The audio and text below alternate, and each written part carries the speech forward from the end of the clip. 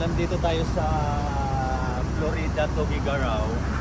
At ayon din sa ating pagtatanong-tanong na yung Florida pala, mayroon na silang yung slippery bus na yung pwedeng matulog dun sa loob habang nagbabiyahe from Tuguegarao to Manila.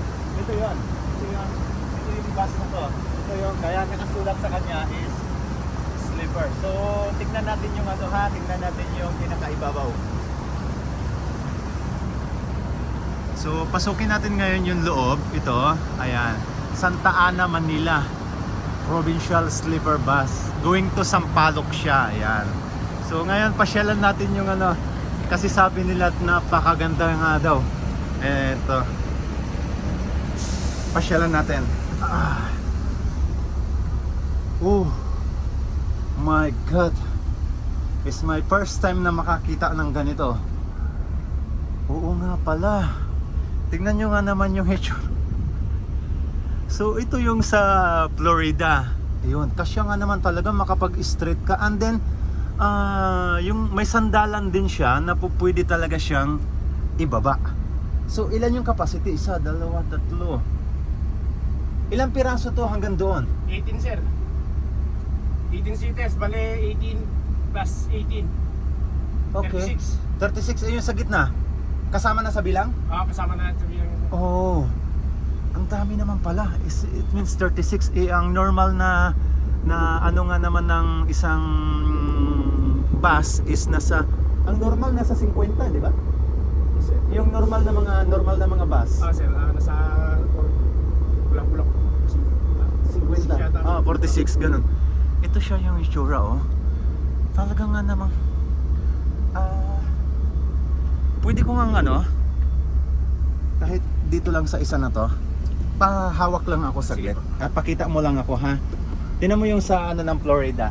Sundan ba kita sir? Susundan kita? Hindi, dito lang naman.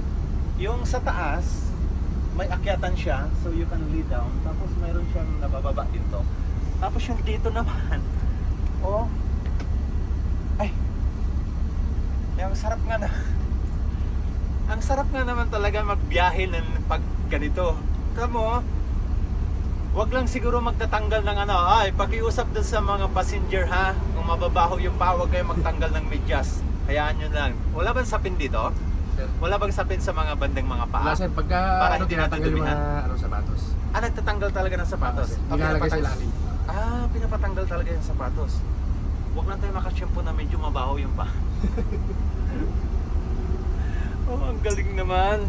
So ito nga lang yung space niya. Ito lang yung space niya until dun sa pinakadulo.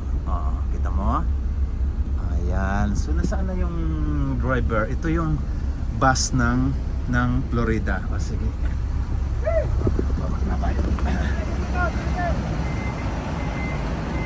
Yan. I-interviewin lang natin saglit yung kasi 3 minutes na. Interviewin lang natin yung isa normal bus nga rin naman talaga, di ba? Nakakatuwa naman ito. Florida, ito may yung mga Florida bus yan. Ito pala yung pangalan. Niya. Sabay inubog pa. Ito, nandito na yung driver. Tanungin lang natin.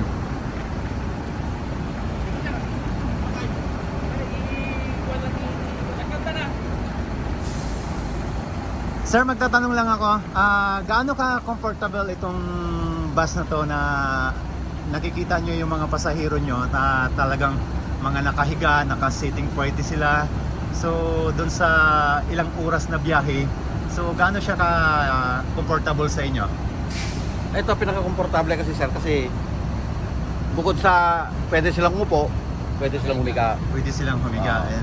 So hindi naman hassle din sa inyo na sa pag-drive nyo, hindi naman hassle? Hindi po. Hindi, talagang lahat naman ng mga pasahero natin satisfied. Apo. Kailan kayo nagsimulang nag-deliver nito?